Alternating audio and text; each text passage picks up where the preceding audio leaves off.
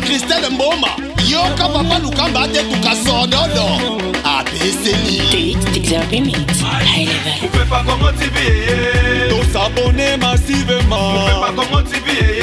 Christelle Mboma, maman ya bana. Vous pouvez pas comment TV. Pour s'abonner massivement. Vous pouvez pas comment TV.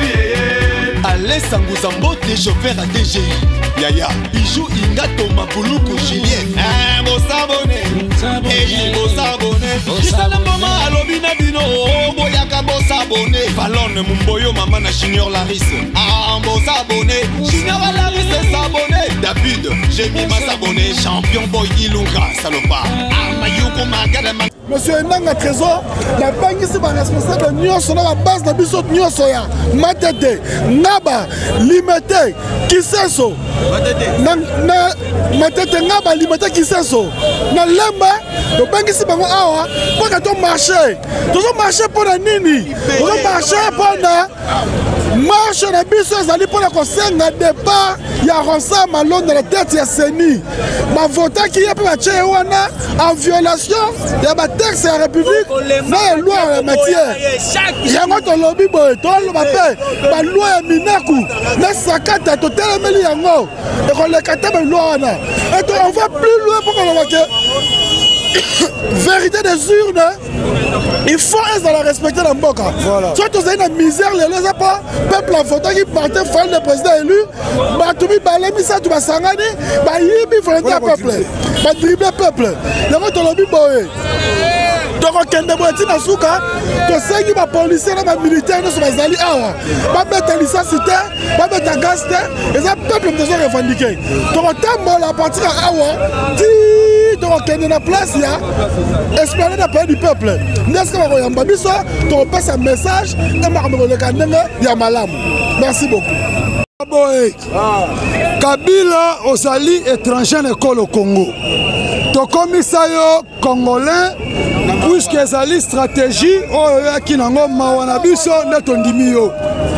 Mbongo oyo azwi na Congo. Tolobi ete tika Congo. Ekoki mbongo ozwi ekoki. Soki oko continue stratégie na yo. Pona ko coloniser ba Congolais. Ba Belge déjà batika Congo. Kabila tolobi na yo boy. Félix tolobi na yo boy. Ozande konabiso. Lokolo sangai na étranger. Ne konabiso Félix. Zonga sima. Yeba ete papa aboti yo. Asala kilit. Ponanya kende na libanda. Ezali Kabila. Lelo yo. Okomi koliana Kabila. Babi sitonyo kwama. Tolobi Rosa Malonda. Oba Minaku. Sakata. Makambu nyonso Kabila koyebisa bino. Bobo continue konyokola ba Congolais. Tokondi mango.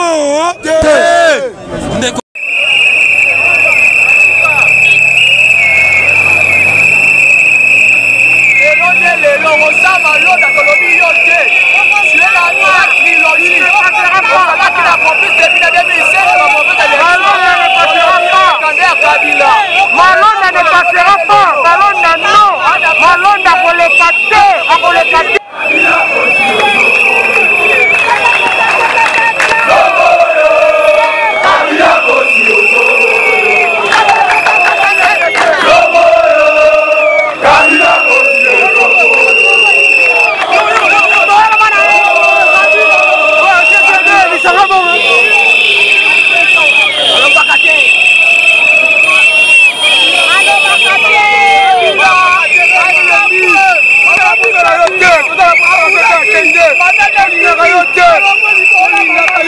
Malonda est désigné président de la CENI.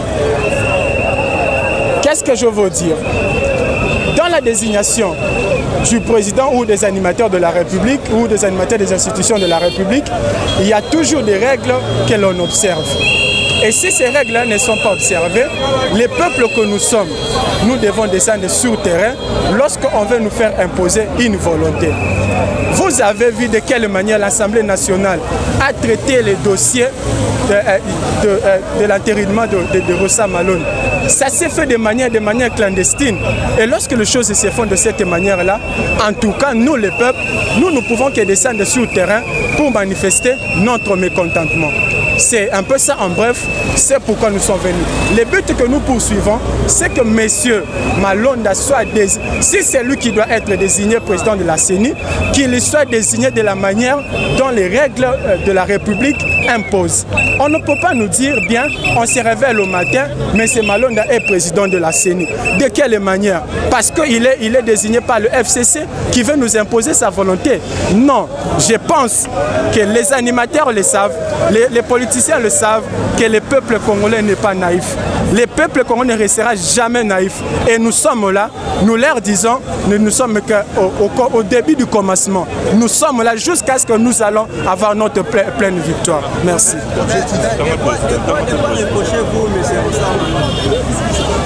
Mais ce Malonda, de par sa personne, nous ne lui reprochons de rien. Mais ce que nous disons, c'est que ces messieurs soient désignés de la manière dont les règles de la République imposent. Dans tous les cas, je peux même aussi ajouter un mot. M. Malonda a travaillé avec Nanga. Vous avez vu ce que Nanga nous a produit. C'est comme si M. Malonda hier était aide cuisinier. Aujourd'hui, c'est lui qui devient le patron, le cuisinier. On a vu la recette que Nanga nous a préparée. Et vous voulez prendre la personne qui a travaillé avec Nanga, quelle recette va qu'on préparer pour la République? Non, nous ne voulons plus. Nous voulons que les choses se passent comme il se doit. Sinon, en tout cas, nous n'allons pas cesser de descendre sur la rue. Parce que nous avons ce droit-là. Même si on va déployer les éléments communs, nous sommes là pour que notre but soit atteint. Merci. Ok. Les lotos et marche, il y a la mouka. Nous avons vraiment déterminé les lotos marché.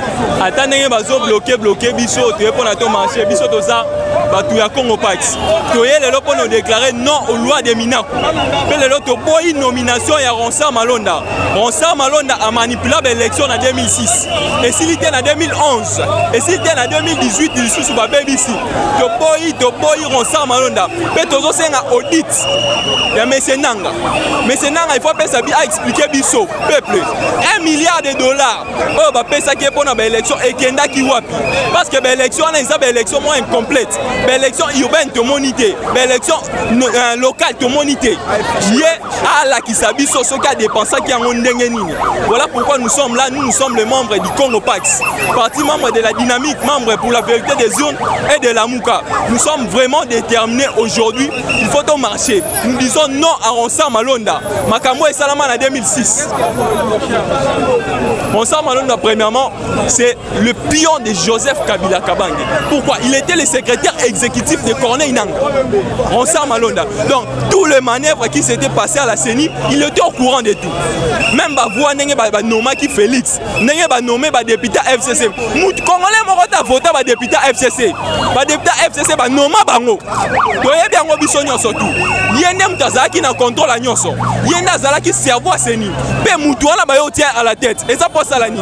Et ça pas bon, mais la Biso sur l'élection en 2023. Voilà pourquoi nous disons non à Ronsa Malonda. Nous refusons complètement. C'est ça. Voilà pourquoi nous sommes aujourd'hui. Aujourd'hui, qu'il pleuve, qu'il neige, nous allons marcher. À Dambou les bêtis, Tozana Elanga. Même vous les bêtis. Tozana Bango. Lelo. Congolais, Tolak, Mboka O. Ezaya Biso.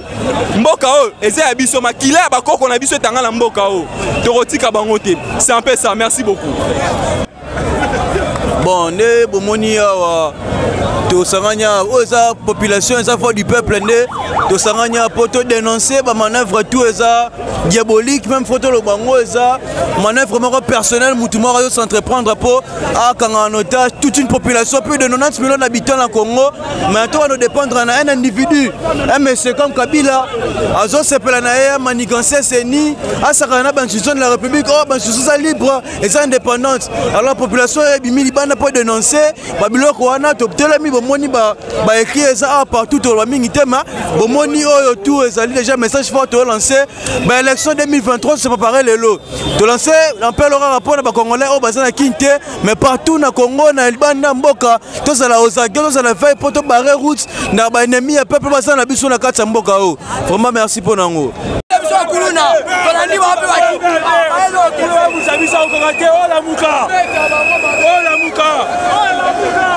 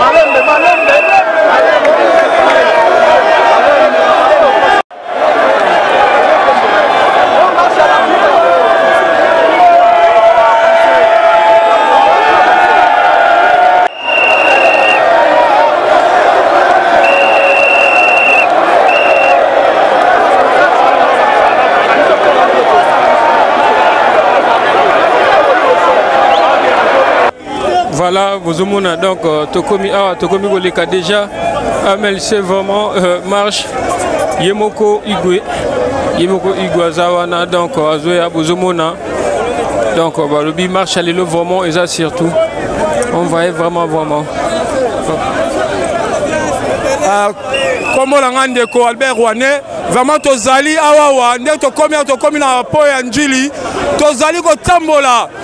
Potola kisake toboyi ndeko Malonda, toboyi ye na kati ya seni, pe toza ko senga seni fait ça la réforme, toboyi pe loi oyo ndeko Obé Minaku alia côté la biso yango la kati ya justice à Congo. Toza ko telemela bango. Biso na to tchaka bango po bazala wana. To boyi. Yango Congolais bimina nzela na président Jean-Pierre Bemba. Ezali vraiment esengo mulele tout le monde a un grand leader. Aza ko tambola na population na ye. Vraiment toza le sengo monene. Bandeko ezali mbala liboso. Grand leader neti Jean-Pierre Bemba abimina nzela pour la retrouver non pour la makambo ya ndeko malonda non pour la loi oyo ndeko Obé Minaku alinga kota la kati ya parlement la biso ndeko eloko ale ko lekate.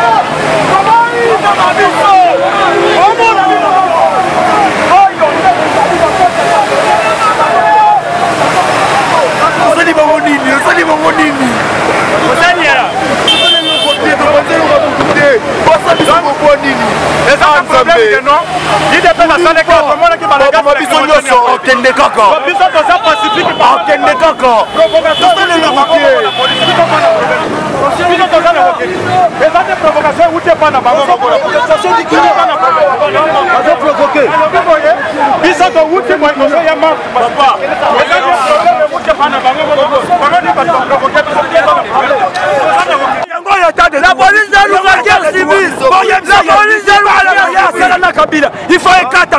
Il faut écarter. Nous avons marché pour la sentimate. Nous avons marché pour la sentimate. Nous avons marché à attaquer ma Congolais. Nous avons marché à parti politique mon côté. Batouana nous aussi ma bonga. Nous avons marché à attaquer ma jeunes Congolais. Nous sommes tambola. Tout le monde est la police de la Congolais. Il faut interpeller Kassongo et dans l'acte de la police nationale. Allez, on police on m'a mis des personnes dans l'hôpital où il y a crème. Parce que pour la Siko, on est comme ça la Siko. La police est au théâtre, on va mousiter. C'est promis, ça c'est l'état de ça. On a marché pacifiquement. Mais qu'est-ce qui arrive au gîte? On n'a rien cassé. On n'a rien cassé, mais on est dans des situations de marche. On n'est pas en droit. C'est l'état des droits. Kingakati, Tikambo, Kingakati, yo Kingakati, jamais avec des accords. Innocent nenga zokisinga koya ya papa ezala toujours des autres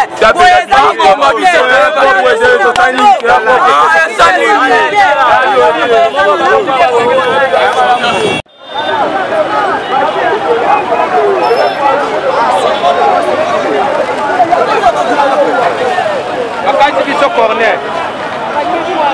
OK. Poste.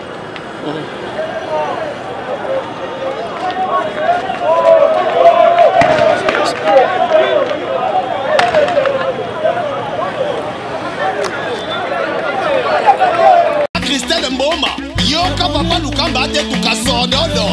ABCD. High level. Vous pouvez pas comment TV. Tous s'abonner massivement. Vous pouvez pas comment TV. Christelle Mboma, maman ya bana. Vous pouvez pas comment TV. Tous s'abonner massivement. Vous pouvez pas comment TV. Allez Sanguzambote, chauffeur à DGI.